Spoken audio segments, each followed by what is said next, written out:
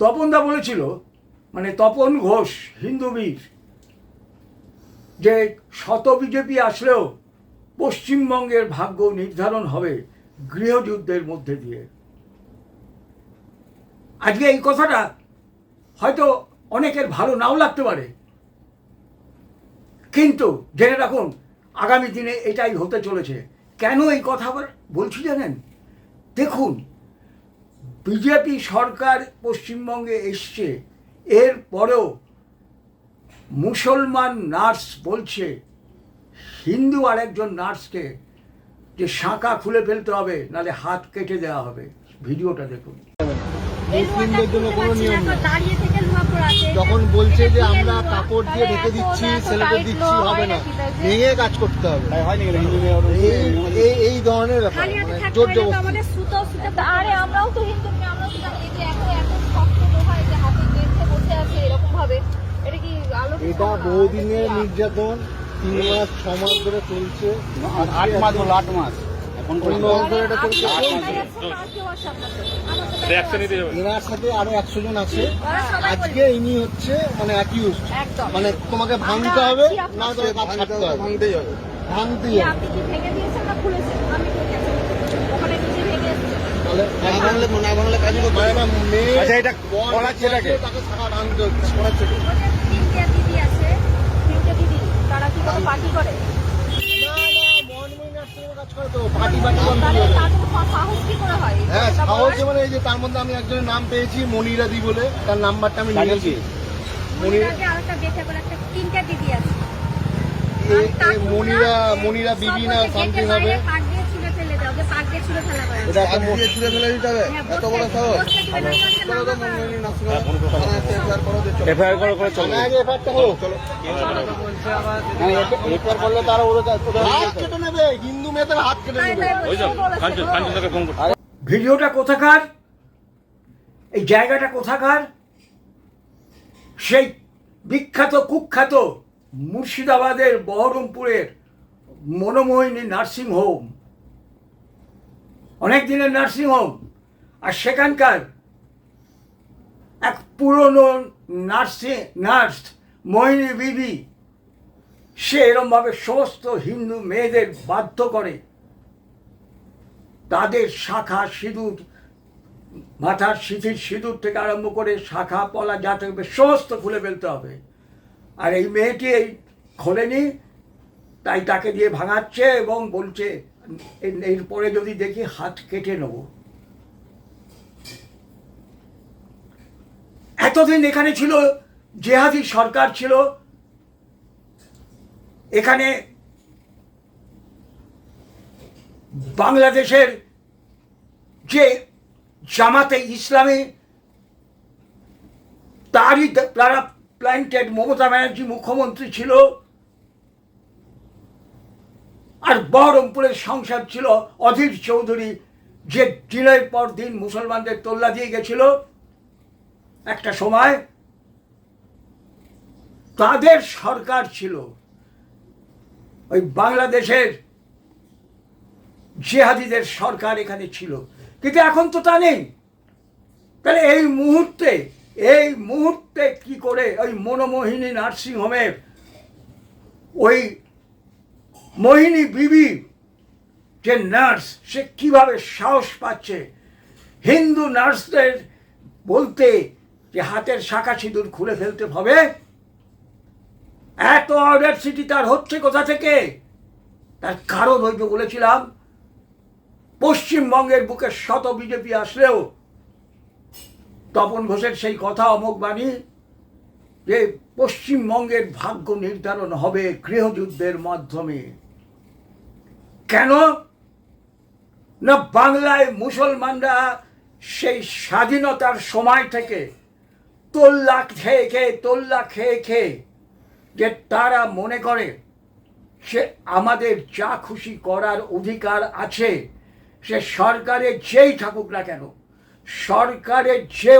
না কেন, আমাদের যা কিছু করার অধিকার আছে, আমরা যা ইচ্ছে হয় করব।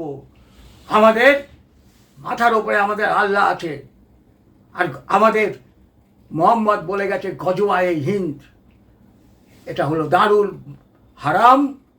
আর আমি আল্লাহর বান্দা, আমার কাজ হচ্ছে এটাকে দারুল ইসলাম বানানো। তার জন্য যদি আমাকে শহীদ হতে হয়, আমি শহীদ হব। আমি স্বর্গে গিয়ে 72 হুড়ি নিয়ে ভোগ করব। মেয়েরা কোন ভোগ, মেয়েদের জন্য এই নিদান কিনা জানি না, পুরুষ মুসলমানের জন্য এই নিদান, কিন্তু মহিলা বিধানদের জন্য, মুসলমান মহিলাদের জন্য এই বিধান আছে কিনা আমি জানি না। যদি থাকে সেটা বড় নোংরা ব্যাপার হয়ে যাবে। তো এই হচ্ছে তাদের ভেতরকার স্বপ্ন, এই হচ্ছে তাদের ভেতরকার আবেগ, এই হচ্ছে তাদের ভেতরকার ইউএসপি। তারা ফিয়ারলেস।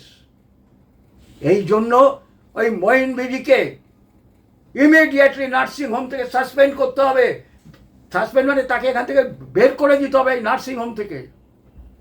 এত বড় হরার সিটি পাবে নাই বা কেন? ওই হিন্দু স্কুলের হেডমিস্ট্রেস মাথায় হিজাব পরে আসলে তাকে কিছু বলবে না, তাকে বাবা বাবা করবে, মা আমার মা।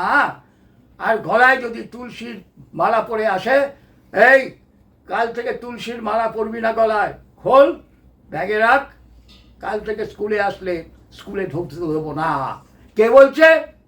স্কুলের হেডমিস্ট্রেস, হিন্দু ঘরের মেয়ে। কারণ এরা তো হিন্দু নেই।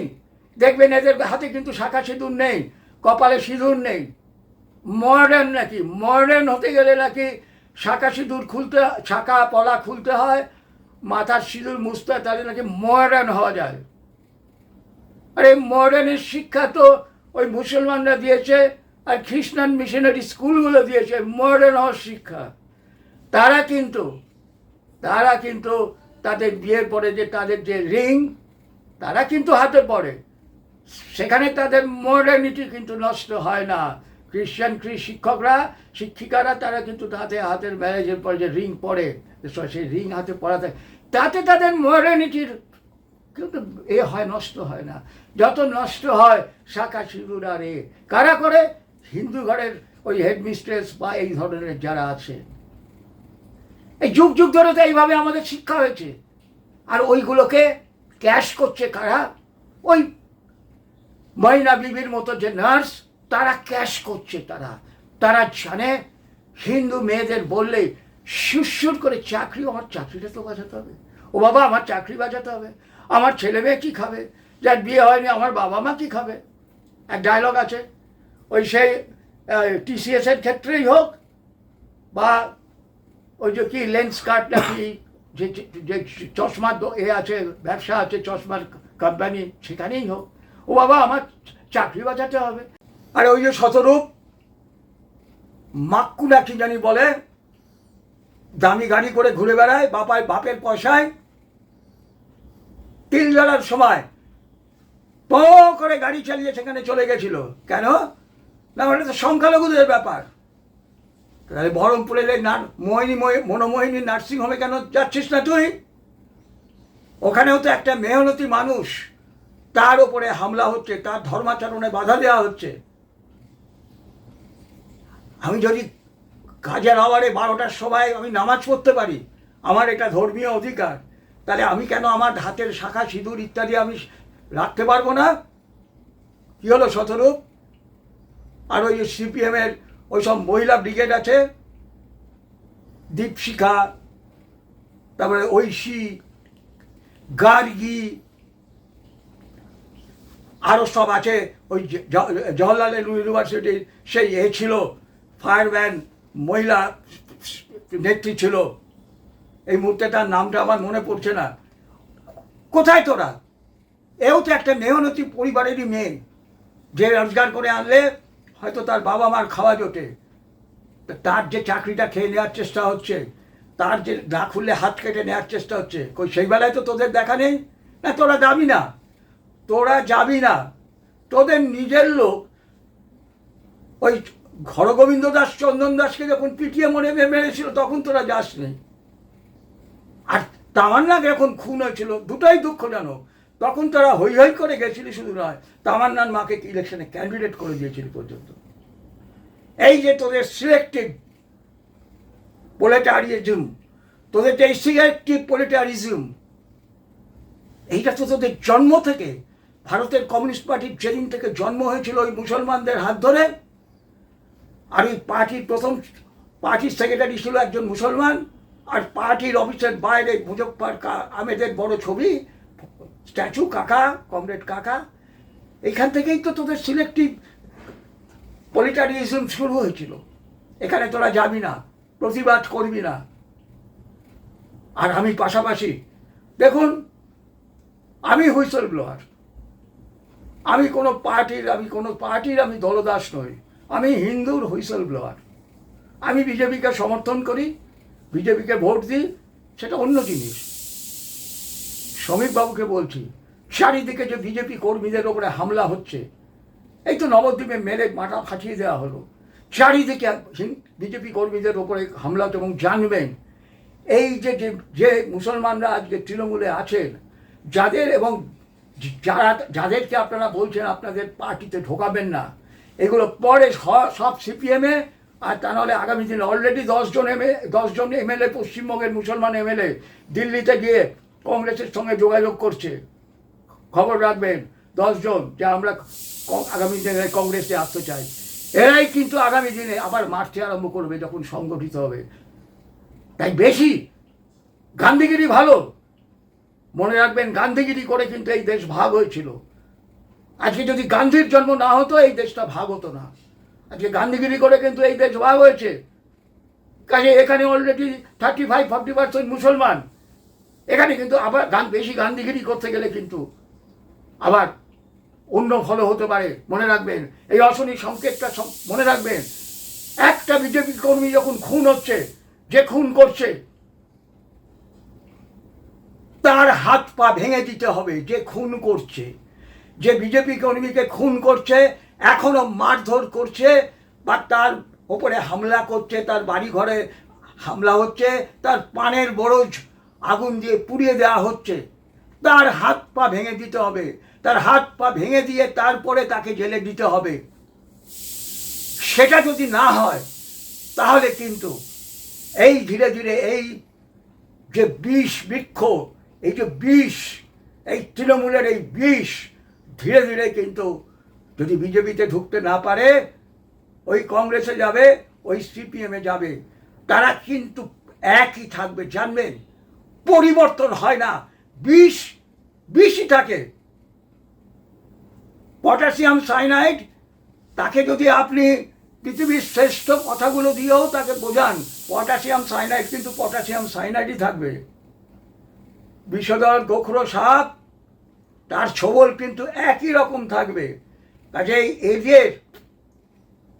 এই যে তৃণমূলের বিষগুলো, এইগুলো কিন্তু একই থাকবেন, মনে রাখবেন। কাজে বিজেপি কর্মীর ওপরে যদি হামলা হয়, মনে রাখবেন, হাত পা তাদের ভেঙে দিতে হবে। তারপরে তাদের জেলে দিয়ে, আলাদা কথা, হাত পা তাদের ভেঙে দিতে হবে। বিষে বিষক্ষয় হয়, কিন্তু মনে রাখবেন, বিষেই বিষক্ষয় হয়। তাই আবারও বলছি, ওই ময়না বিবি, মনোময়নী, বহরমপুরের মনোময়নী নার্সিংহোমের ওই যে মুসলমান নার্স, পুরনো নার্স, সেই সুযোগটা সে নিচ্ছে নতুনদের ওপরে।